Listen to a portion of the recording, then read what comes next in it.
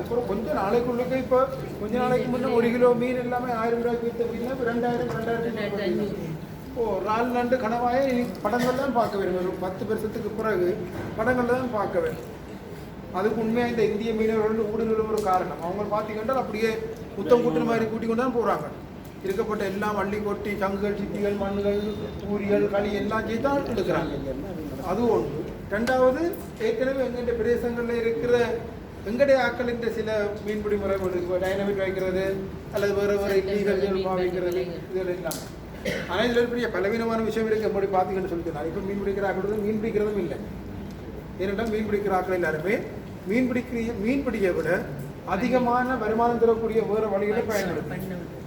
நான் ராத்திரி ஒரு நியூஸ் பார்த்தேன், வீடியோவும் பார்த்தேன். காங்கேசந்துறையிலிருந்து நாகப்பட்டினம் போயிருந்த கப்பலில் இருந்த 4 பேர் அங்கத்தை விழுங்கி கொண்டு போயிருக்கிறாங்க. செத்தா இல்லை எனக்கு கவலையாக கிடந்து. என்னடா எல்லாருக்கும் தங்கம் ஒத்துக்கொள்ள மட்டும் இல்லை. எங்களுக்கு சில சமயங்களில் சோறு சாப்பிட்டாலே அல்லது கொஞ்சம் வித்தியாசமான சாப்பாடு சாப்பிட்டாலே சமைக்கவில்லை.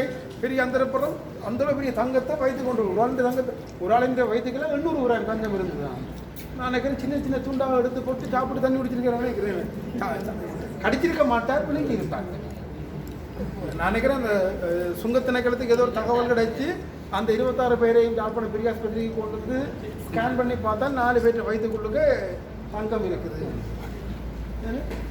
பார்த்தீங்க, எனக்கு பெரிய கவலை இல்லை. இதில் இதை முறைப்படி டெக்ஸ் கட்டி கொண்டு போகிறதுனால ஒரு கொஞ்சம் காசு இழப்பு இருக்குமே தவிர வேறு ஒரு பிரச்சனையும் இல்லை. இந்த தங்கத்தை வடிவாக பில்லோடு டிக்ளேர் பண்ணி கொண்டு போகலாம், ஒரு பிரச்சனையும் இல்லை.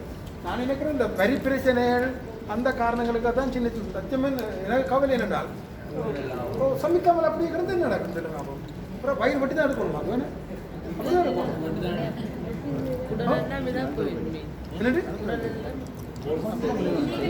அல்லது மீன்பிடி உற்பத்தி எல்லாமே குறைவடையும் இல்லாமல் போகும். அப்போ குறைவடையும் இல்லாமல் போகும் என்றால் நிச்சயமாக விலை போகும்.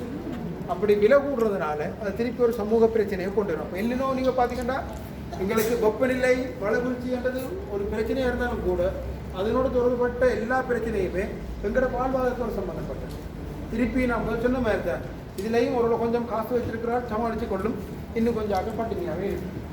ஏன்னா நாடுகள் எல்லாம் இப்போ பெரும்பாலான நாடுகள் எல்லாமே ஏற்றுமதியை தடை செய்திருக்கு. ஏற்றுமதி தடை செய்திருக்குது. போதாத குறைக்கு நாங்களும் ஒரு பொருளையும் நம்பி வாங்க முடியாத அளவுக்கு நிலைமை இருக்குது. நான் நெடுக அந்த 10 ரோட்டில் போகிறேன், ஒரு பாதி தான் போகிறது வரேன். ஏன்னா அது எனக்கு பழக்கம்.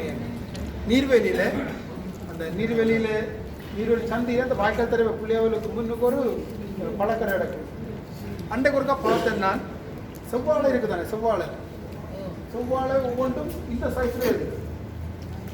செவ்வாழை பழம் ஒன்றும் இந்த பெரிய சைஸ்லேயே இருந்தது. ஒரு நினைக்கிறேன் 2 பழம் போட்ட 1 கிலோ வேற கொடுவேன். அந்த கடைக்காரோட கொஞ்சம் நேரமாக காய்ச்சிப்பட கொஞ்சம் வீட்டை அவசரமாக போக வேண்டிய தேவை இல்லை. அப்போ 2 காய்ச்சால் அவர் சொன்னார், சார் நீங்கள் நாளைக்கு வாங்குவோம், நான் உங்களுக்கு ஒரு புதினம் காட்டுறேன். அப்புறம் எங்கே வாரதுக்கு சொன்னீங்க, இந்த நீர்வெளி குரூப் ரோட்டால் வந்து மாசியின் டெல்லி கிட்ட வந்து நில்லுங்கோ, நான் உங்களுக்கு கால் பண்ணுறேன். அவரே தெரியும், நான் கேம்பஸில் வேலை செய்வேன். அவர் ஒரு தோட்டத்துக்கு என்ன கூட்டிக் கொண்டு போனார். ஒரு தோட்டத்தில் வாழை தோட்டத்தில் வாழைக்குள்ளே பொத்தி முறிச்சு யூரியா பொத்தி முறித்து